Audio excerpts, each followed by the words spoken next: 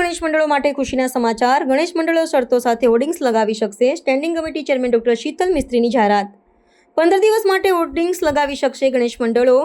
પંડાલથી 50 મીટરમાં 5 હોર્ડિંગ્સ લગાવવાની છૂટ. સરકારી ઇમારતો સામે નહીં લગાવી શકાય હોર્ડિંગ્સ. શુક્રવારે સ્થાયી સમિતિ બેઠકમાં લાગશે મંજૂરીની મહોર. ગણેશ મંડળોએ પાલિકાના નિર્ણયને આવકાર્યો. સર્વે વડોદરાવાસીઓને જય ગણેશ. ખૂબ જ ખુશીના સમાચાર વડોદરાના તમામ ગણેશ મંડળો માટે છે. ઘણા દિવસથી આપણે ચિંતાની અંદર હતા કે ભાઈ આપણે જો બેનર હોલ્ડિંગ પોસ્ટર આપણા નહીં લાગે તો આપણને એડવર્ટાઇઝમેન્ટના માધ્યમથી જે ફંડ ફાળો મળે છે કેવી રીતે મળશે. આજથી 10 દિવસ પહેલા વડોદરા ગણેશોત્સવ સેવા ટ્રસ્ટ દ્વારા રજૂઆત કરવાની અંદર આવેલી ડોક્ટર શીતલ મિસ્ત્રી સાહેબ, ચેરમેન સાહેબ અને પિંકીબેનને, મેયર સાહેબને કે વડોદરા શહેર ઉત્સવની અંદર કે આપણે જે અત્યારે બેનર હોલ્ડિંગ ને એના પર જે બેન રાખ્યો છે ગેટ પર, એ 15 દિવસ માટે બેનને હટાવવાની અંદર આવે કે જે ગણેશ ઉત્સવ 27 તારીખે શરૂઆત થાય છે એના 3 દિવસ અને વિસર્જનના 2 દિવસ સુધી એના પછીના કે તમામ ગણેશ મંડળોને એડવર્ટાઇઝમેન્ટના માધ્યમથી જે ફંડ ફાળો મળે છે, જેને કારણે વડોદરા ગણેશ ઉત્સવ ખૂબ રંગે ચંગે એની ઉજવણી થાય છે. જો કશે ને કશે આના પર બેન યથાવત રહેતો તો ફંડ ફાળો ગણેશ મંડળોને મળતો નહીં અને ખૂબ મોટું નુકસાન જતું ને. જે સારા આયોજનો વડોદરા શહેરના ગણેશ મંડળો કરે છે એની અંદર કશે ને કશે રોક આવતી અને આ જે ચામ છે ગણેશ ઉત્સવ, જે આન બાન શાન છે એની અંદર કશે ને કશે ઘટ થતી. અમે ડોક્ટર શીતલ મિસ્ત્રી સાહેબ, ચેરમેન સાહેબ, અમારા પિંકીબેન, મેયરશ્રીનો અમે ખૂબ આભાર વ્યક્ત કરીએ છીએ કે અમારી રજૂઆતને આપે સાંભળી, ગણેશ મંડળોની વેદનાને આપ સમજ્યા અને એક પોઝિટિવ પરિણામ તરફ આપ જઈ રહ્યા છો. અમે તમારા ખૂબ આભારી છે અને જે સહજ સહકાર અમારા તરફથી કોર્પોરેશનને આપવાનો છે એની અંદર અમે પણ કશે પાછળ હટીએ નહીં, કેમ કે તમે જો અમારી સાથે રહેશો તો અમે પણ તમારી સાથે, વડોદરા શહેરના ગણેશ મંડળો તમારી સાથે ખભેથી ખભા મળાઈને ઊભા રહેશે. વડોદરા શહેર કલાનગરી તરીકે, સાંસ્કૃતિક પાટનગર તરીકે આખા ગુજરાતભરમાં પ્રખ્યાત છે. વડોદરા ઉત્સવની નગરી તરીકે ઓળખાય છે અને ખાસ કરીને મહારાષ્ટ્ર પછી ગણેશોત્સવ સૌથી મોટી સંખ્યામાં ગણેશજીની મૂર્તિનું સ્થાપન વડોદરા શહેર ખાતે થતું હોય છે. દર વર્ષે ગણપતિની સવારી, ગણપતિના પંડાલમાં નાના બાળકો, વડીલો, યુવાનો આ તહેવારને ખૂબ ઉત્સાહથી અને શ્રદ્ધાથી મનાવતા હોય છે. સાથે સાથે ગણેશ વિસર્જનનો પણ એક અનેરો મહિમા વડોદરામાં રહેલો છે.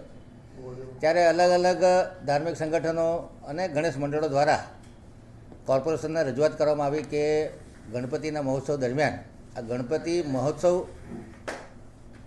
માટે જે સ્પોન્સરશિપ કરવાની હોય છે એના માટે હોર્ડિંગ લગાડવાની પરમિશન આપવામાં આવે.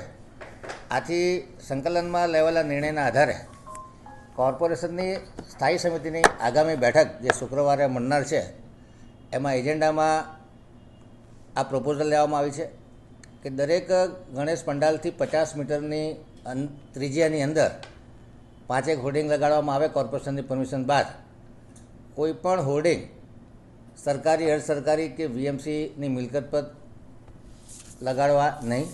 સાથે સાથે ઐતિહાસિક ઇમારત, વોટર બોડી, 4 રસ્તા અને સર્કલ પર પણ હોર્ડિંગ લગાડવા નહીં, જેથી કરીને વડોદરાની સુંદરતામાં ઘટાડો ન થાય.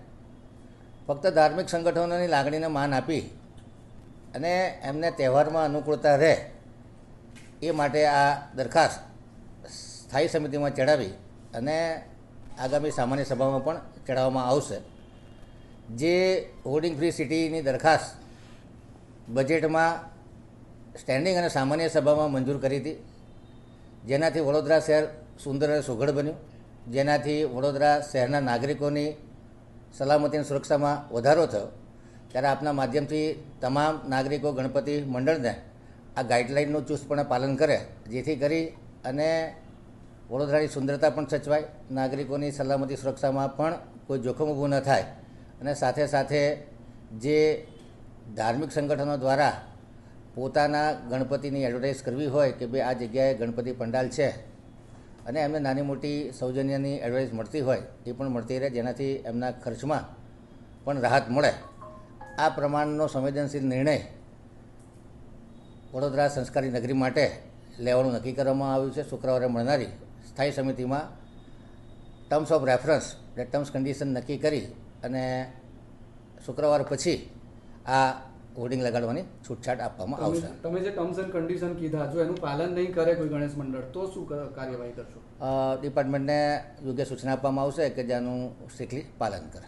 અચ્છા, વડોદરાના ગણેશોત્સવમાં ઘણા બધા મોટા નેતાઓ રાજકારણીઓ આવતા હોય છે, સીએમ પણ આવતા હોય છે, તો એની માટે એ આવતા હોય ત્યારે આ નિયમો લાગુ રહેશે? તે વખતે પણ ઘણા બધા નેતાઓ હોર્ડિંગ્સ લગાવી દેતા હોય છે, તો ત્યાં કયા નિયમો લાગશે? મેં કીધું એમ કે કોઈ શુભેચ્છાની હોર્ડિંગ લગાડવામાં નહીં આવે.